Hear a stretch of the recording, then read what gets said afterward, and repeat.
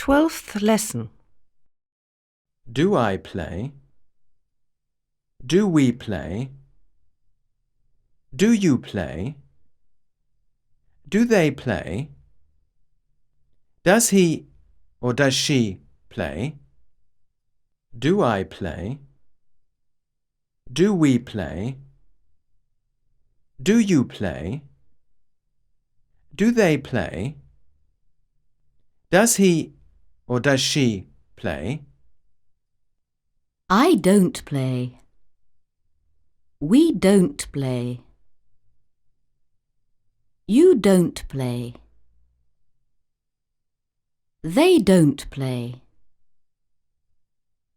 He or she doesn't play. I don't play. We don't play. You don't play. They don't play. He or she doesn't play. I like cars, but I don't like motorbikes. I like cars, but I don't like motorbikes. Do you like sugar in your coffee? Yes, please. And a little milk. Do you like sugar in your coffee? Yes, please. And a little milk. She plays the piano, but not very well. Fortunately, she doesn't play the violin. She plays the piano, but not very well. Fortunately, she doesn't play the violin. Do you play rugby?